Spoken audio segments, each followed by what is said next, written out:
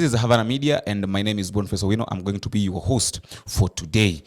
There is a question that has been lobbying all over the internet on the issue of the former president UHURU Kenyatta visiting Ugandan president, that is MUSEVENI, and asked why is it that UHURU Kenyatta went and visited the Ugandan president, or without any proper knowledge or without any proper reason as to why he's going. But there are three reasons. There are three reasons. I want to put it clear to you that these three reasons might be. These three reasons might have been the cause of UHURU Kenyatta going to visit the president, and UHURU Kenyatta walking up and down without telling anybody what his plan is. The first reason is that we know very well that the African Union has got chairman, and the chairman is Faki Musa, and is planning to retire in 2027, and therefore there is a possibility that UHURU Kenyatta is trying his level best to replace him. And since the AU the African Union was formed, there have been different chairmen who have been in the office. Well, I'll just list the names of the chairmen who have been in the office until now that we have now Musa Faki. The first person that was in the office, that was in 2002, 9th July, was Amar Ezi, who was in the office as the acting chairman, and he was in the office for something like 1 year. He ruled up to 16th September, that is 2002, and he was coming from Ivory Coast, and Ivory Coast, we know that is coming from West Africa. The second person was Alpha Omar Konar, who ruled from 16 September 2003 to 28 April 2008. That is coming from Mali, West Africa. The third one was Jinping from 28 April 2008 to 15th October 2012. He's coming from Gabon, that is Central Africa. The fourth one was Konza Zuma, who ruled from 15th October 2012 to 14th March 2017. She's coming from South Africa, and South Africa is from Southern Africa. And now we have got Musa Faki, who ruled from 14th March 2017 up to incubated. That is unknown. We don't know whether he'll leave the office or not. But all in all, he has to leave the office because his 10 years of ruling are coming to an end. And now there is a battle that he needs to be replaced. I told you that there are reasons why UHURU Kenyatta went to visit Uganda, and now I want to tell you the reasons. Now, the first reason is that I've just mentioned, is that there's a possibility that UHURU Kenyatta would like to replace. An African Union is the most powerful seat in the Africa, or in the continent. There is something that any person who wants to be elected as the African Union chairperson must do. First of all, there are two things. The first thing that you have to ensure that you have to do is that you have to be elected, or you have to be nominated by a member state.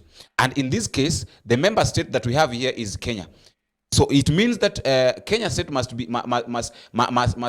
nominate one person, and it's either UHURU Kenyatta is nominated, or Raila Amolo Odinga is nominated. And most probably, what I know that going to be nominated here is UHURU Kenyatta, and that is why he's trying up and down to walk each and every places, so that at least he can gain the confidence of people. He can gain the confidence of people and tell them that I can do this, I can replace this. But once he's nominated by a member state, that is, let us say, for example, when UHURU Kenyatta has been nominated by the president and the people of Kenya, now he has to walk each and every city, each and every country to feel, or maybe to gain the trust of the people. And that is why recently we saw UHURU Kenyatta into the swearing in of Alex Chikandi. He went to the swearing in of the president. Automatically, that is a vote that he has kept. He has kept that friendship. He has shown people that he can do it, and that is why he's walking up and down, going to the swearing ins, doing what. And just the other day, we saw UHURU Kenyatta going with the William RUTO to Uganda. I don't know if you ask yourself, why is it that UHURU Kenyatta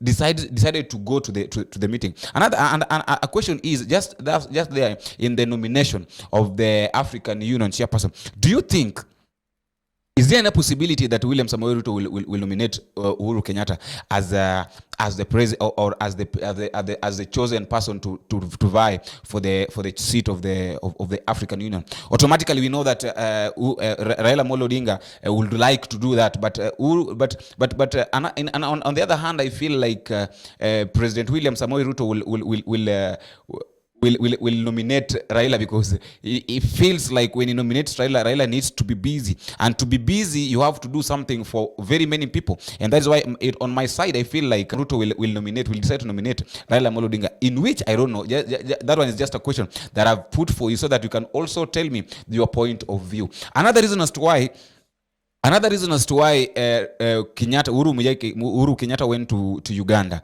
This is another. The first reason I told you that there is a vacant seat that is coming ahead here. That is the African Union seat is going to be vacant, and there's a person that needs to replace sitting chairman of the African Union. That is Musa Faki, and the only person who can do that is Uhuru Muigai Kenyatta. Another reason as to why Uhuru Muigai Kenyatta would have decided to go to Uganda to do is that we know that the current relationship between Uganda and Kenya has not been that stable. Being that Kenya and Saudi Arabia countries have put Uganda on the back side because they want to do things. Kenya wants to do things on their own, and they're even offering licenses to the business that are being done in Uganda, and that is why sometimes you find that for fuel to go to Uganda, it has to pass through Kenya. And so that relationship, Uhuru Muigai Kenyatta is trying to do his ways possible to ensure that relationship is maintained, because I think he was selected as the head of state,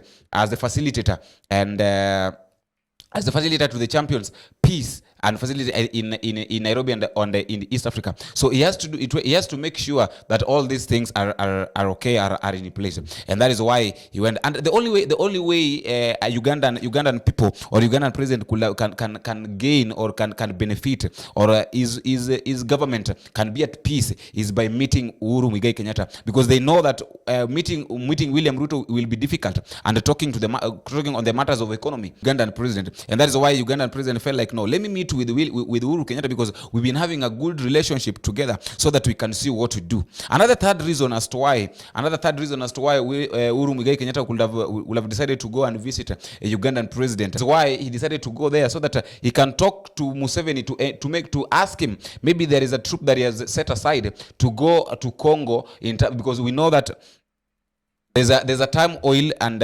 he's trying his level best to ask Museveni, have you set some security? Have you set some troops to go and have you set some troops to go and make some peace in Congo? Because we know that this time oil needs a lot of protection, because and that is his work. That is the work of the EAC chairperson, or the EAC facilitator. He has to make sure that all the countries that are involved, the EAC committee, are well facilitated. There is peace in between the countries. So I want to give you a chance to just give me a comment at the comment section. The first reason I've told you is that maybe, just maybe, Uhuru Kenyatta went to Museveni and is trying to work in all these countries that are involved in the African Union, to gain their trust so that when the time comes for the election of the replacement of the African Union chairman, he will get the votes only, and that will happen only if he has been nominated to be like the representative of Kenya to the African Union. Another reason as to why maybe he will have gone to visit Uganda is because because the relationship between Uganda and Kenya has not been that good, and is feeling like, no, we need to set some things straight. I am the president of peace. I am the chairperson of peace. So we need to set some things straight. The string needs to be attached. There need to be good relationship between Kenya and Uganda, so that our businesses can run smoothly. Let us not put some country aside so that we put them or maybe we pull them when doing some of the things. Another third reason I've told you is that is that he went to ask Museveni whether he has set aside some troops to go, because we know that there is a long-term oil in Congo. So maybe he went to ask Museveni if there is a troop of security that have been set to go and inquire, or to go and put some peace in the area of Congo. I give you a comment. I want to give you a chance to give me a comment at the comment section to tell me, or maybe to give me your point of view on why is it that Uhuru Muigai Kenyatta, yes, he's a retired president, but he's trying to work. He's trying to make his moves. Why is he making his moves? What is the secret that maybe Uhuru Kenyatta knows, or maybe the Uhuru Kenyatta has that we don't have, or that we don't know, so that we can also know what is going on. If it is the first time that you are watching this video, I would like you to take your moment and go to the subscription area. click the like button, subscribe, click the like button, and comment. And also you can also share with the friends. Let's meet on the next video if it is possible. My name is Boniface Owino. Bye bye.